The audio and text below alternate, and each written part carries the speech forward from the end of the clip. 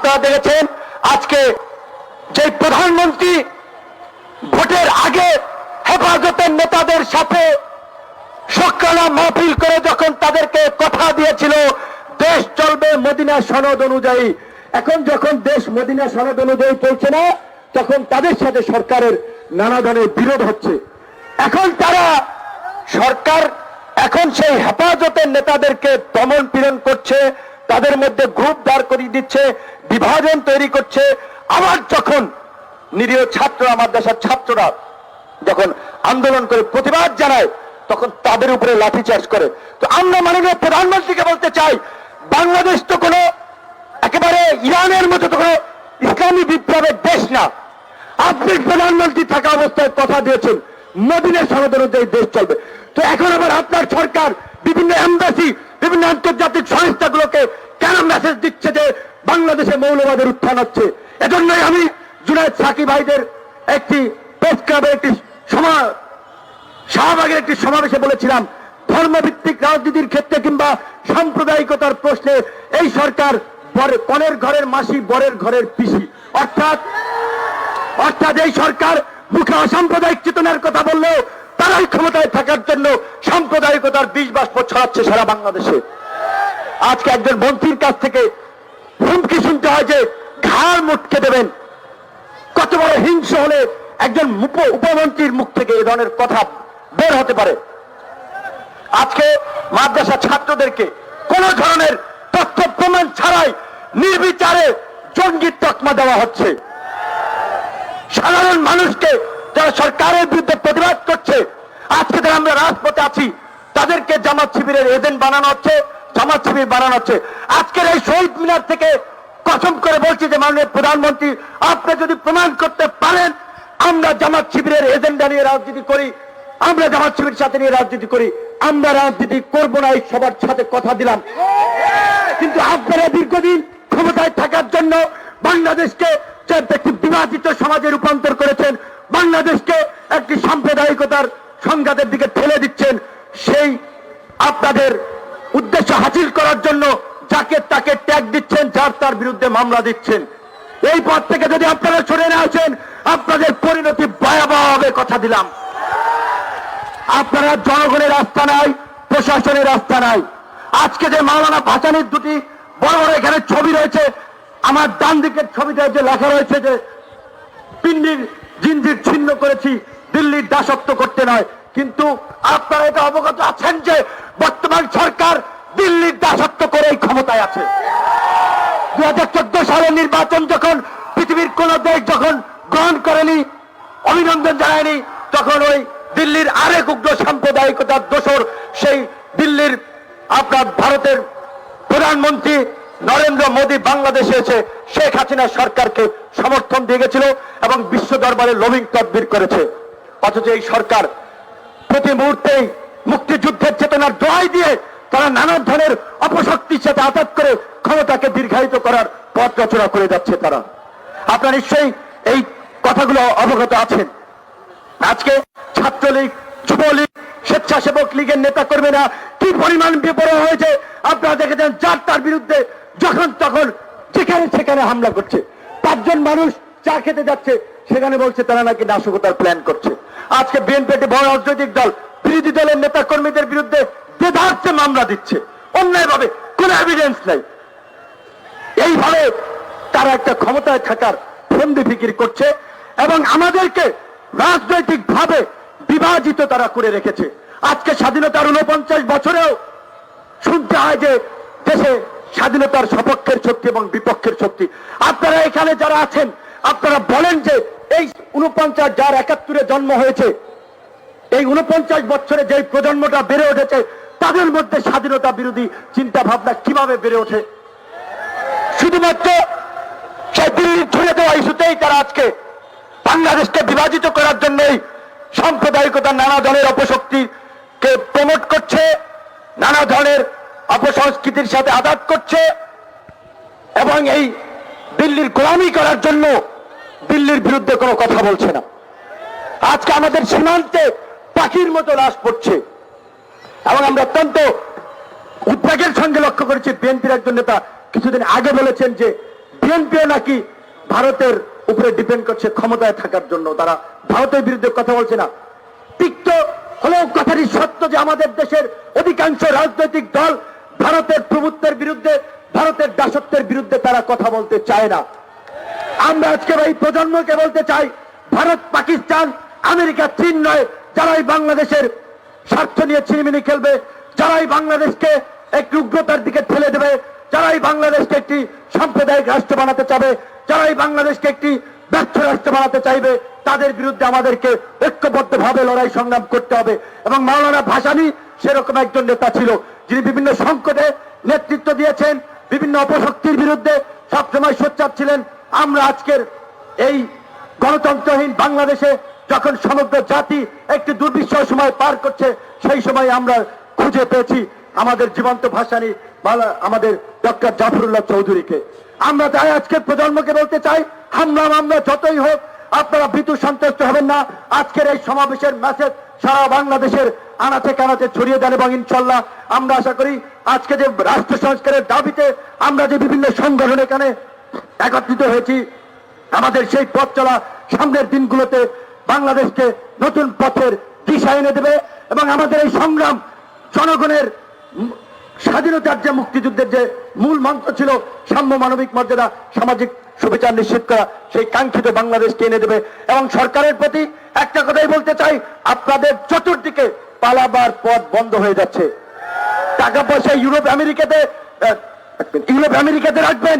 ইতিমধ্যে দেখেছেন সরকারি কর্মকর্তাদের বিরুদ্ধে ইউরোপ আমেরিকান সিনেটররা নিষেধাজ্ঞা আরোপ করছে গুম খুনের কারণে। কাজে আজকে বাংলাদেশের যে সমস্ত সরকারি কর্মকর্তা কর্মচারীরা ভাবছেন গুম খুন করে সরকার পরিবর্তন হলে ইউরোপ আমেরিকায় পাড়ি জমাবেন, আপনাদের আশায় ঘুরে বালি। কাজে আজকে যদি আপনাদের হুঁশ থাকে, জনগণের কাতারে এসে দাঁড়ান এবং জনগণের কাছে ক্ষমা চান। এবং বর্তমান প্রধানমন্ত্রীকে বলবো, জাফরুল্লাহ চৌধুরী যেমন জিয়াউর রহমানের স্ত্রীকেও শ্রদ্ধা করে, ভালোবাসে, আপনাকে বঙ্গবন্ধুর কন্যা হিসেবে রেসপেক্ট করে, সম্মান করে, সে কারণেই আপনার জন্য সবচেয়ে উৎকৃষ্ট একটি সমাধান জাফরুল্লাহ চৌধুরী দিয়েছেন যে অনেক হয়েছে, এখন একটি অবাধ, সুষ্ঠু, নিরপেক্ষ নির্বাচনের মধ্যে দিয়ে আপনারা সেফ এক্সিট করে নেন। যদি আপনাদের শুভবুদ্ধির উদয় হয় আপনারা সেই পথে আসবেন, অন্যথায় আপনারা জনরোষে পুড়ে ছারখার হওয়ার জন্য প্রস্তুত হন। আমরা দেখেছি সেই জাফরুল্লাহ চৌধুরীকে কিভাবে এই আওয়ামী লীগ সরকার বেইজ্জতি করেছে। মাছ চুরির মামলা দিয়েছে জাফরুল্লাহ চৌধুরীর বিরুদ্ধে, অথচ যারা মুক্তিযুদ্ধের চেতনার কথা বলে, আমাদের এই সংগ্রামে এই সময়ের অন্যতম প্রতিবাদী কণ্ঠস্বর গণসংহতি আন্দোলনের সমন্বয়কারী জুনায়েদ সাকি ভাই উপস্থিত আছেন। আর উপস্থিত আছেন ছাত্র যুব শ্রমিক অধিকার পরিষদের নেতৃবৃন্দ, গণসংহতি আন্দোলনের বিভিন্ন পর্যায়ের নেতৃবৃন্দ, রাষ্ট্রচিন্তার সদস্যবৃন্দ। আপনারা যদি দেখেন, আমরা এখন রাজনীতি করতে চাই।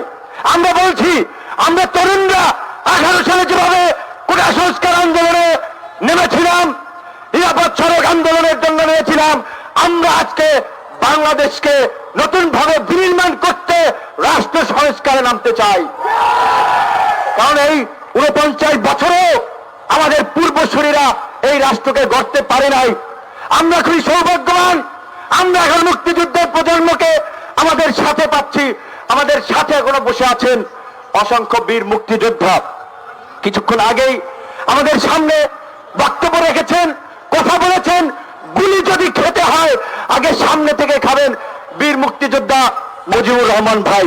ঠিক একই সাথে আজকে ভিন্ন সংগঠন হলো, আজকে আমরা এখানে যার প্রচেষ্টা, অনুপ্রেরণায়, একান্ত অনুপ্রেরণা এবং প্রচেষ্টায় আমরা এখানে এরকম একটা সমাবেশ করতে পেরেছি, ঐক্যবদ্ধ হতে পেরেছি, সেই বীর মুক্তিযোদ্ধা আমাদের জাফরুল্লাহ চৌধুরী এখানে উপস্থিত আছেন।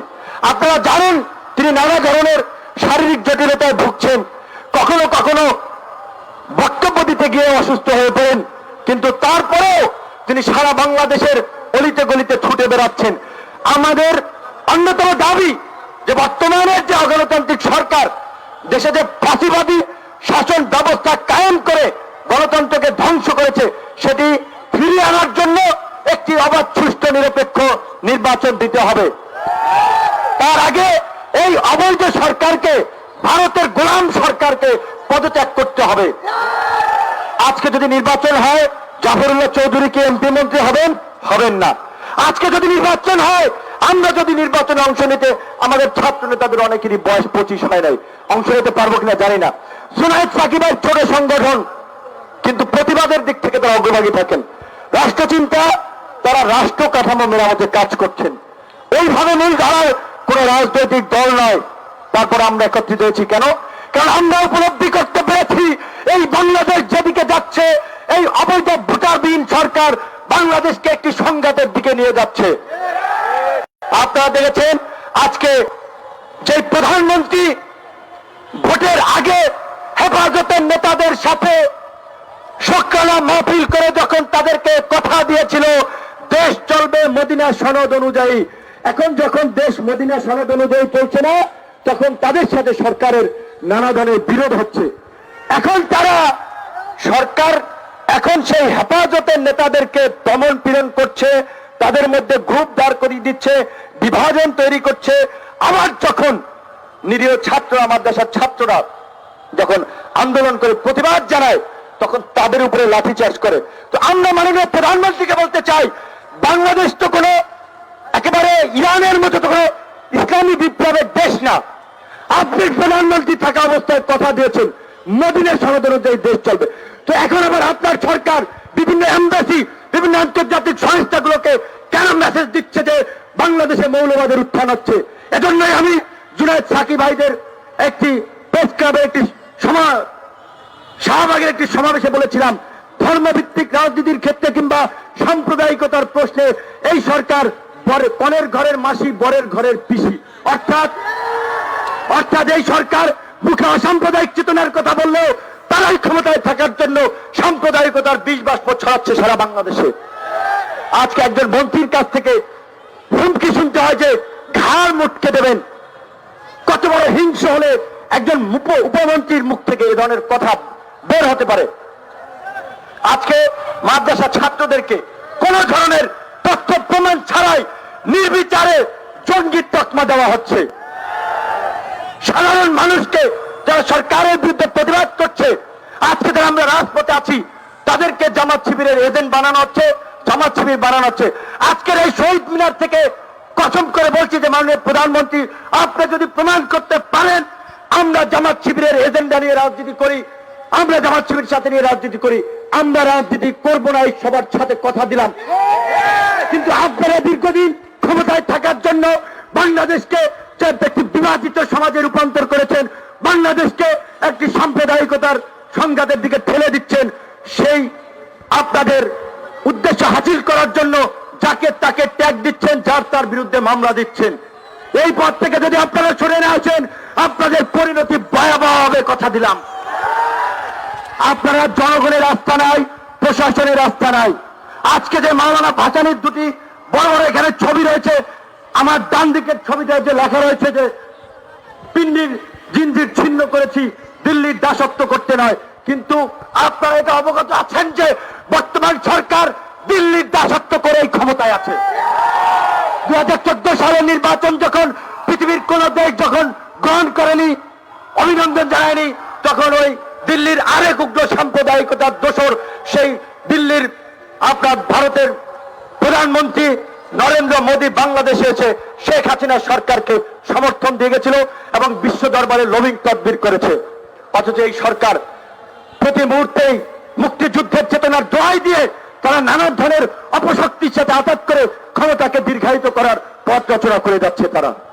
আপনারা নিশ্চয়ই এই কথাগুলো অবগত আছেন। আজকে ছাত্রলীগ, যুবলীগ, স্বেচ্ছাসেবক লীগের নেতা কর্মীরা কি পরিমাণ বেপরোয়া হয়েছে আপনারা দেখেছেন। যার তার বিরুদ্ধে যখন তখন যেখানে সেখানে হামলা করছে। 5 জন মানুষ চা খেতে যাচ্ছে, সেখানে বলছে তারা নাকি নাশকতার প্ল্যান করছে। আজকে বিএনপি একটি বড় রাজনৈতিক দল বিরোধী দলের নেতা কর্মীদের বিরুদ্ধে দেদারসে মামলা দিচ্ছে অন্যায়ভাবে, কোন এভিডেন্স নাই।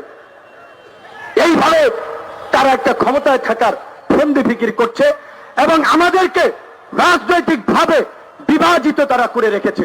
আজকে স্বাধীনতার 49 বছরেও শুনতে হয় যে দেশে স্বাধীনতার সপক্ষের শক্তি এবং বিপক্ষের শক্তি। আপনারা এখানে যারা আছেন, আপনারা বলেন যে এই 49 যার 71-এ জন্ম হয়েছে, এই 49 বছরে যে প্রজন্মটা বেড়ে উঠেছে, তাদের মধ্যে স্বাধীনতা বিরোধী চিন্তা ভাবনা কিভাবে বেড়ে ওঠে? শুধুমাত্র সেই দিল্লির ছেড়ে দেওয়া ইস্যুতেই তারা আজকে বাংলাদেশকে বিভাজিত করার জন্যই সাম্প্রদায়িকতা, নানা ধরনের অপশক্তিকে প্রমোট করছে, নানা ধরনের অপসংস্কৃতির সাথে আঘাত করছে এবং এই দিল্লির গোলামি করার জন্য দিল্লির বিরুদ্ধে কোনো কথা বলছে না। আজকে আমাদের সীমান্তে পাখির মতো লাশ পড়ছে এবং আমরা অত্যন্ত উদ্বেগের সঙ্গে লক্ষ্য করেছি বিএনপির একজন নেতা কিছুদিন আগে বলেছেন যে বিএনপিও নাকি ভারতের উপরে ডিপেন্ড করছে ক্ষমতায় থাকার জন্য, তারা ভারতের বিরুদ্ধে কথা বলছে না। তিক্ত হলেও কথাটি সত্য যে আমাদের দেশের অধিকাংশ রাজনৈতিক দল ভারতের প্রভুত্বের বিরুদ্ধে, ভারতের দাসত্বের বিরুদ্ধে তারা কথা বলতে চায় না।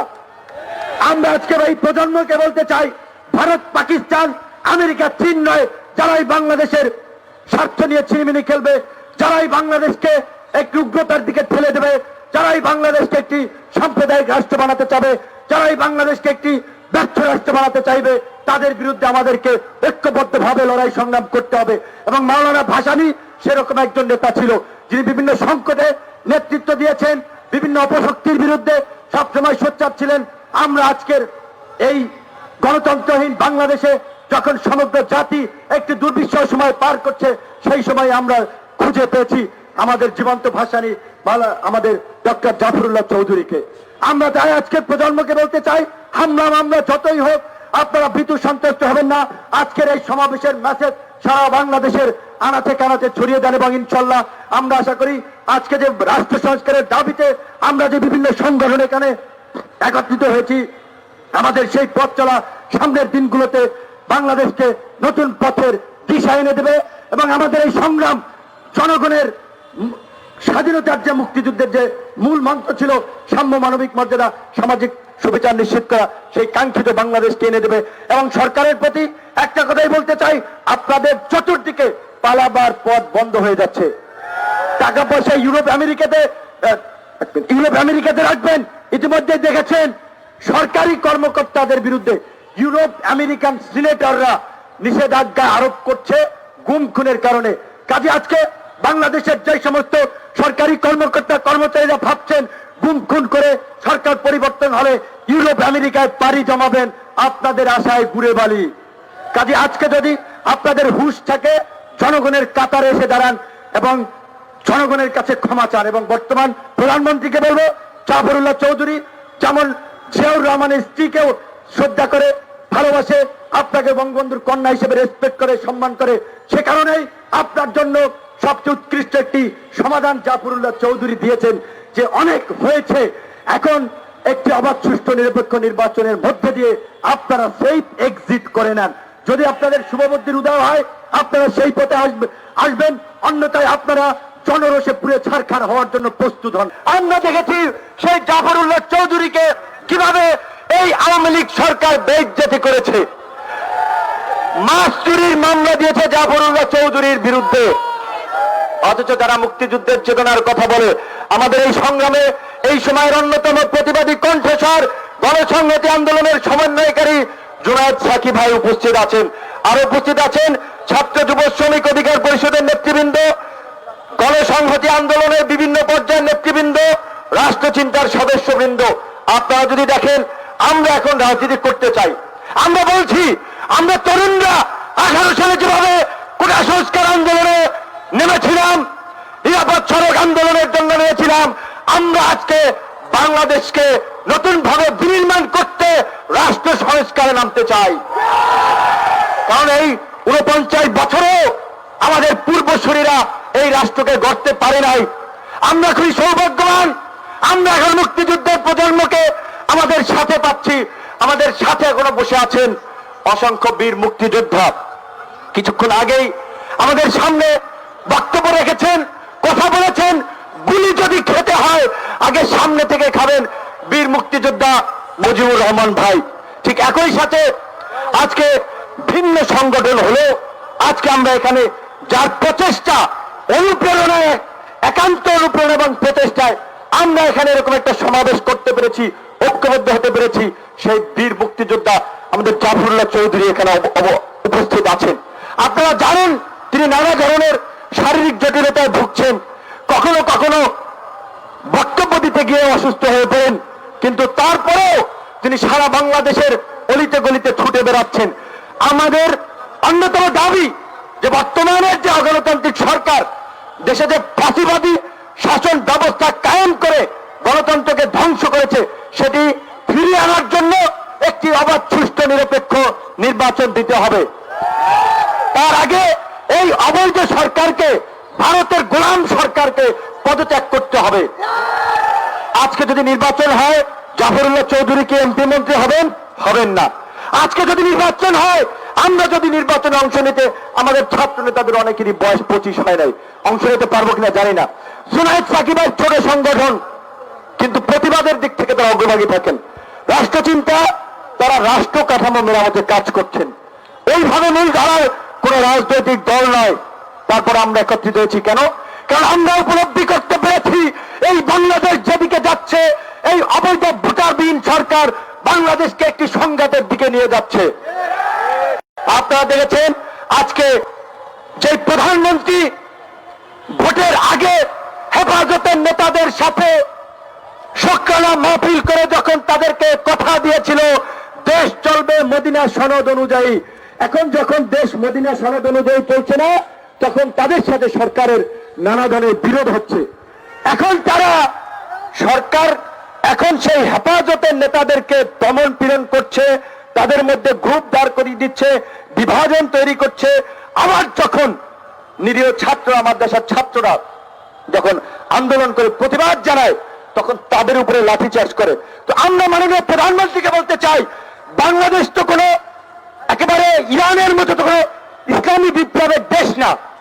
আপনি প্রধানমন্ত্রী থাকা অবস্থায় কথা দিয়েছেন মদিনা সনদ অনুযায়ী দেশ চলবে। তো এখন আবার আপনার সরকার বিভিন্ন এমবাসি, বিভিন্ন আন্তর্জাতিক সংস্থাগুলোকে কেন মেসেজ দিচ্ছে যে বাংলাদেশে মৌলবাদের উত্থান হচ্ছে? এজন্যই আমি জুনায়েদ সাকিব ভাইদের একটি প্রেস ক্লাবের একটি শাহবাগের একটি সমাবেশে বলেছিলাম, ধর্মভিত্তিক রাজনীতির ক্ষেত্রে কিংবা সাম্প্রদায়িকতার প্রশ্নে এই সরকার কনের ঘরের মাসি, বরের ঘরের পিসি। অর্থাৎ এই সরকার মুখে অসাম্প্রদায়িক চেতনার কথা বললেও তারাই ক্ষমতায় থাকার জন্য সাম্প্রদায়িকতার বিষ বাষ্প ছড়াচ্ছে সারা বাংলাদেশে। আজকে একজন মন্ত্রীর কাছ থেকে হুমকি শুনতে হয় যে ঘাড় মুটকে দেবেন। কত বড় হিংসা হলে একজন উপমন্ত্রীর মুখ থেকে এ ধরনের কথা বের হতে পারে? আজকে মাদ্রাসা ছাত্রদেরকে কোন ধরনের তথ্য প্রমাণ ছাড়াই নির্বিচারে জঙ্গির তকমা দেওয়া হচ্ছে। সাধারণ মানুষকে যারা সরকারের বিরুদ্ধে প্রতিবাদ করছে, আজকে যারা আমরা রাজপথে আছি, তাদেরকে জামাত শিবিরের এজেন্ট বানানো হচ্ছে, জামাত শিবির বানানো হচ্ছে। আজকের এই শহীদ মিনার থেকে কসম করে বলছি যে মাননীয় প্রধানমন্ত্রী, আপনি যদি প্রমাণ করতে পারেন আমরা জামাত শিবিরের এজেন্ডা নিয়ে রাজনীতি করি, আমরা জামাত শিবির সাথে নিয়ে রাজনীতি করি, আমরা রাজনীতি করবো না, এই সবার সাথে কথা দিলাম। কিন্তু আপনারা দীর্ঘদিন ক্ষমতায় থাকার জন্য বাংলাদেশকে একটি বিভাজিত সমাজে রূপান্তর করেছেন, বাংলাদেশকে একটি সাম্প্রদায়িকতার সংঘাতের দিকে ঠেলে দিচ্ছেন। সেই আপনাদের উদ্দেশ্য হাসিল করার জন্য যাকে তাকে ট্যাগ দিচ্ছেন, যার তার বিরুদ্ধে মামলা দিচ্ছেন। এই পথ থেকে যদি আপনারা সরে না আসেন, আপনাদের পরিণতি ভয়াবহ হবে, কথা দিলাম। আপনারা জনগণের আস্থা নাই, প্রশাসনের আস্থা নাই। আজকে যে মাওলানা ভাসানীর দুটি বড় বড় এখানে ছবি রয়েছে, আমার ডান দিকের ছবিটা যে লেখা রয়েছে যে পিন্ডির জিঞ্জির ছিন্ন করেছি, দিল্লির দাসত্ব করতে নয়। কিন্তু আপনারা এটা অবগত আছেন যে বর্তমান সরকার দিল্লির দাসত্ব করেই ক্ষমতায় আছে। 2014 সালের নির্বাচন যখন পৃথিবীর কোন দেশ যখন গ্রহণ করেনি, অভিনন্দন জানায়নি, তখন ওই দিল্লির আরেক উগ্র সাম্প্রদায়িকতার দোসর সেই দিল্লির আপনার ভারতের প্রধানমন্ত্রী নরেন্দ্র মোদী বাংলাদেশে এসে শেখ হাসিনা সরকারকে সমর্থন দিয়ে গেছিল এবং বিশ্ব দরবারে লবিং তদবির করেছে। অথচ এই সরকার প্রতি মুহূর্তেই মুক্তিযুদ্ধের চেতনার দোহাই দিয়ে তারা নানা ধরনের অপশক্তির সাথে আঘাত করে ক্ষমতাকে দীর্ঘায়িত করার পথ রচনা করে যাচ্ছে তারা। আপনারা নিশ্চয়ই এই কথাগুলো অবগত আছেন। আজকে ছাত্রলীগ, যুবলীগ, স্বেচ্ছাসেবক লীগের নেতা কর্মীরা কি পরিমাণ বেপরোয়া হয়েছে আপনারা দেখেছেন। যার তার বিরুদ্ধে যখন তখন যেখানে সেখানে হামলা করছে। 5 জন মানুষ চা খেতে যাচ্ছে, সেখানে বলছে তারা নাকি নাশকতার প্ল্যান করছে। আজকে বিএনপি একটি বড় রাজনৈতিক দল বিরোধী দলের নেতা কর্মীদের বিরুদ্ধে বেধার্থে মামলা দিচ্ছে অন্যায়ভাবে, কোনো এভিডেন্স নাই। এইভাবে তারা একটা ক্ষমতায় থাকার ফন্দি ফিকির করছে এবং আমাদেরকে রাজনৈতিক ভাবে বিভাজিত তারা করে রেখেছে।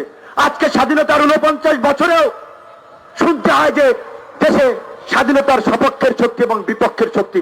আপনারা এখানে যারা আছেন, আপনারা বলেন যে এই 49 যার 71-এ জন্ম হয়েছে, এই 49 বছরে যে প্রজন্মটা বেড়ে উঠেছে, তাদের মধ্যে স্বাধীনতা বিরোধী চিন্তা ভাবনা কিভাবে বেড়ে ওঠে?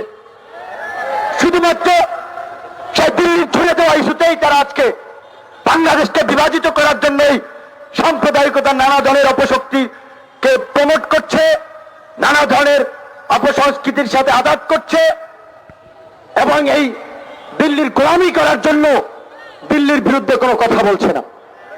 আজকে আমাদের সীমান্তে পাখির মতো লাশ পড়ছে এবং আমরা অত্যন্ত উদ্বেগের সঙ্গে লক্ষ্য করেছি বিএনপির একজন নেতা কিছুদিন আগে বলেছেন যে বিএনপিও নাকি ভারতের উপরে ডিপেন্ড করছে ক্ষমতায় থাকার জন্য, তারা ভারতের বিরুদ্ধে কথা বলছে না। তিক্ত হলেও কথাটি সত্য যে আমাদের দেশের অধিকাংশ রাজনৈতিক দল ভারতের প্রভুত্বের বিরুদ্ধে, ভারতের দাসত্বের বিরুদ্ধে তারা কথা বলতে চায় না। আমরা আজকে এই প্রজন্মকে বলতে চাই, ভারত, পাকিস্তান, আমেরিকা, চীন নয়, যারাই বাংলাদেশের স্বার্থ নিয়ে ছিনিমিনি খেলবে, যারাই বাংলাদেশকে একটি উগ্রতার দিকে ঠেলে দেবে, যারাই বাংলাদেশকে একটি সাম্প্রদায়িক রাষ্ট্র বানাতে চাবে, যারাই বাংলাদেশকে একটি ব্যর্থ রাষ্ট্র বানাতে চাইবে, তাদের বিরুদ্ধে আমাদেরকে ঐক্যবদ্ধভাবে লড়াই সংগ্রাম করতে হবে। এবং মাওলানা ভাসানী সেরকম একজন নেতা ছিল যিনি বিভিন্ন সংকটে নেতৃত্ব দিয়েছেন, বিভিন্ন অপশক্তির বিরুদ্ধে সবসময় সোচ্চার ছিলেন। আমরা আজকের এই গণতন্ত্রহীন বাংলাদেশে যখন সমগ্র জাতি একটি দুর্বিষহ সময় পার করছে, সেই সময় আমরা খুঁজে পেয়েছি আমাদের জীবন্ত ভাসানী আমাদের ডক্টর জাফরুল্লাহ চৌধুরীকে। আমরা তাই আজকের প্রজন্মকে বলতে চাই, হামলা মামলা যতই হোক আপনারা ভীতু সন্তুষ্ট হবেন না। আজকের এই সমাবেশের মেসেজ সারা বাংলাদেশের আনাচে কানাচে ছড়িয়ে দেন এবং ইনশাল্লাহ আমরা আশা করি আজকে যে রাষ্ট্র সংস্কারের দাবিতে আমরা যে বিভিন্ন সংগঠন এখানে একত্রিত হয়েছি, আমাদের সেই পথ চলা সামনের দিনগুলোতে বাংলাদেশকে নতুন পথের দিশা এনে দেবে এবং আমাদের এই সংগ্রাম জনগণের স্বাধীনতার যে মুক্তিযুদ্ধের যে মূল মন্ত্র ছিল সাম্য, মানবিক মর্যাদা, সামাজিক সুবিচার নিশ্চিত করা, সেই কাঙ্ক্ষিত বাংলাদেশকে এনে দেবে। এবং সরকারের প্রতি একটা কথাই বলতে চাই, আপনাদের চতুর্দিকে পালাবার পথ বন্ধ হয়ে যাচ্ছে।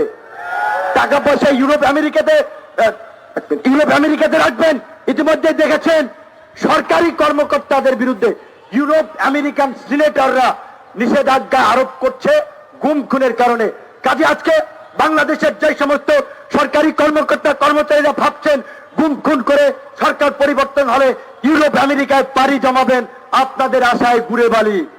কাজে আজকে যদি আপনাদের হুঁশ থাকে, জনগণের কাতারে এসে দাঁড়ান এবং জনগণের কাছে ক্ষমা চান। এবং বর্তমান প্রধানমন্ত্রীকে বলবো, জাফরুল্লাহ চৌধুরী যেমন জিয়াউর রহমানের স্ত্রীকেও শ্রদ্ধা করে, ভালোবাসে, আপনাকে বঙ্গবন্ধুর কন্যা হিসেবে রেসপেক্ট করে, সম্মান করে, সে কারণেই আপনার জন্য সবচেয়ে উৎকৃষ্ট একটি সমাধান জাফরুল্লাহ চৌধুরী দিয়েছেন যে অনেক হয়েছে, এখন একটি অবাধ, সুষ্ঠু, নিরপেক্ষ নির্বাচনের মধ্যে দিয়ে আপনারা সেফ এক্সিট করে নেন। যদি আপনাদের শুভবুদ্ধির উদয় হয় আপনারা সেই পথে আসবেন, অন্যথায় আপনারা জনরোষে পুড়ে ছারখার হওয়ার জন্য প্রস্তুত হন। আমরা দেখেছি সেই জাফরুল্লাহ চৌধুরীকে কিভাবে এই আওয়ামী লীগ সরকার বেইজ্জতি করেছে। মাছ চুরির মামলা দিয়েছে জাফরুল্লাহ চৌধুরীর বিরুদ্ধে, অথচ যারা মুক্তিযুদ্ধের চেতনার কথা বলে, আমাদের এই সংগ্রামে এই সময়ের অন্যতম প্রতিবাদী কণ্ঠস্বর গণসংহতি আন্দোলনের সমন্বয়কারী জুনায়েদ সাকি ভাই উপস্থিত আছেন। আর উপস্থিত আছেন ছাত্র যুব শ্রমিক অধিকার পরিষদের নেতৃবৃন্দ, গণসংহতি আন্দোলনের বিভিন্ন পর্যায়ের নেতৃবৃন্দ, রাষ্ট্রচিন্তার সদস্যবৃন্দ। আপনারা যদি দেখেন, আমরা এখন রাজনীতি করতে চাই। আমরা বলছি, আমরা তরুণরা 18 সালে যেভাবে কোটা সংস্কার আন্দোলনে নেমেছিলাম, নিরাপদ সড়ক আন্দোলনের জন্য নেমেছিলাম, আমরা আজকে বাংলাদেশকে নতুন ভাবে বিনির্মাণ করতে রাষ্ট্র সংস্কারে নামতে চাই। কারণ এই 49 বছরেও আমাদের পূর্বসূরীরা এই রাষ্ট্রকে গড়তে পারে নাই। আমরা খুবই সৌভাগ্যবান, আমরা এখন মুক্তিযুদ্ধের প্রজন্মকে আমাদের সাথে পাচ্ছি। আমাদের সাথে এখনো বসে আছেন অসংখ্য বীর মুক্তিযোদ্ধা। কিছুক্ষণ আগেই আমাদের সামনে বক্তব্য রেখেছেন, কথা বলেছেন, গুলি যদি খেতে হয় আগে সামনে থেকে খাবেন বীর মুক্তিযোদ্ধা মুজিবুর রহমান ভাই। ঠিক একই সাথে আজকে ভিন্ন সংগঠন হলো, আজকে আমরা এখানে যার প্রচেষ্টা, অনুপ্রেরণায়, একান্ত অনুপ্রেরণা এবং প্রচেষ্টায় আমরা এখানে এরকম একটা সমাবেশ করতে পেরেছি, ঐক্যবদ্ধ হতে পেরেছি, সেই বীর মুক্তিযোদ্ধা আমাদের জাফরুল্লাহ চৌধুরী এখানে উপস্থিত আছেন। আপনারা জানেন তিনি নানা ধরনের শারীরিক জটিলতায় ভুগছেন, কখনো কখনো বক্তব্য দিতে গিয়ে অসুস্থ হয়ে পড়েন, কিন্তু তারপরেও তিনি সারা বাংলাদেশের অলিতে গলিতে ছুটে বেড়াচ্ছেন। আমাদের অন্যতম দাবি যে বর্তমানের যে অগণতান্ত্রিক সরকার দেশে যে ফাঁসিবাদী শাসন ব্যবস্থা কায়েম করে গণতন্ত্রকে ধ্বংস করেছে, সেটি ফিরিয়ে আনার জন্য একটি অবাধ, সুষ্ঠু, নিরপেক্ষ নির্বাচন দিতে হবে। তার আগে এই অবৈধ সরকারকে, ভারতের গোলাম সরকারকে পদত্যাগ করতে হবে। আজকে যদি নির্বাচন হয় জাফরুল্লাহ চৌধুরী কি এমপি মন্ত্রী হবেন? হবেন না। আজকে যদি নির্বাচন হয়, আমরা যদি নির্বাচনে অংশ নিতে, আমাদের ছাত্র নেতাদের অনেকেরই বয়স 25 হয় নাই, অংশ নিতে পারবো কিনা জানি না। জুনায়েদ সাকিবের ছোট সংগঠন, কিন্তু প্রতিবাদের দিক থেকে তারা অগ্রভাগী থাকেন। রাষ্ট্রচিন্তা, তারা রাষ্ট্র কাঠামো মেরামতে কাজ করছেন। ওইভাবে মূল ধারার কোন রাজনৈতিক দল নয়। তারপর আমরা একত্রিত হয়েছি কেন? কারণ আমরা উপলব্ধি করতে পেরেছি এই বাংলাদেশ যেদিকে যাচ্ছে, এই অবৈধ ভোটারবিহীন সরকার বাংলাদেশকে একটি সংঘাতের দিকে নিয়ে যাচ্ছে। আপনারা দেখেছেন আজকে যে প্রধানমন্ত্রী ভোটের আগে হেফাজতের নেতাদের সাথে শুকরানা মাহফিল করে যখন তাদেরকে কথা দিয়েছিল দেশ চলবে মদিনা সনদ অনুযায়ী, এখন যখন দেশ মদিনা সনদ অনুযায়ী চলছে না, তখন তাদের সাথে সরকারের নানা ধরনের বিরোধ হচ্ছে। এখন তারা সরকার এখন সেই হেফাজতের নেতাদেরকে দমন পীড়ন করছে, তাদের মধ্যে গ্রুপ দাঁড় করিয়ে দিচ্ছে, বিভাজন তৈরি করছে। আবার যখন নিরীহ ছাত্ররা, মাদ্রাসার ছাত্ররা যখন আন্দোলন করে প্রতিবাদ জানায়, তখন তাদের উপরে লাঠিচার্জ করে। তো আমরা মাননীয় প্রধানমন্ত্রীকে বলতে চাই, বাংলাদেশ তো কোনো একেবারে ইরানের মতো তো কোনো ইসলামী বিপ্লবের দেশ না। আপনি প্রধানমন্ত্রী থাকা অবস্থায় কথা দিয়েছেন মদিনা সনদ অনুযায়ী দেশ চলবে। তো এখন আবার আপনার সরকার বিভিন্ন এমবাসি, বিভিন্ন আন্তর্জাতিক সংস্থাগুলোকে কেন মেসেজ দিচ্ছে যে বাংলাদেশে মৌলবাদের উত্থান হচ্ছে? এজন্যই আমি জুনায়েদ সাকিব ভাইদের একটি প্রেস ক্লাবের একটি শাহবাগের একটি সমাবেশে বলেছিলাম, ধর্মভিত্তিক রাজনীতির ক্ষেত্রে কিংবা সাম্প্রদায়িকতার প্রশ্নে এই সরকার কনের ঘরের মাসি, বরের ঘরের পিসি।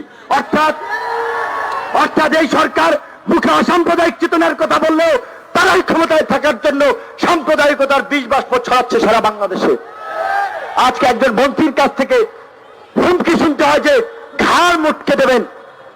কত বড় হিংস্র হলে একজন উপমন্ত্রীর মুখ থেকে এ ধরনের কথা বের হতে পারে? আজকে মাদ্রাসা ছাত্রদেরকে কোন ধরনের তথ্য প্রমাণ ছাড়াই নির্বিচারে জঙ্গি তকমা দেওয়া হচ্ছে। সাধারণ মানুষকে যারা সরকারের বিরুদ্ধে প্রতিবাদ করছে, আজকে আমরা রাজপথে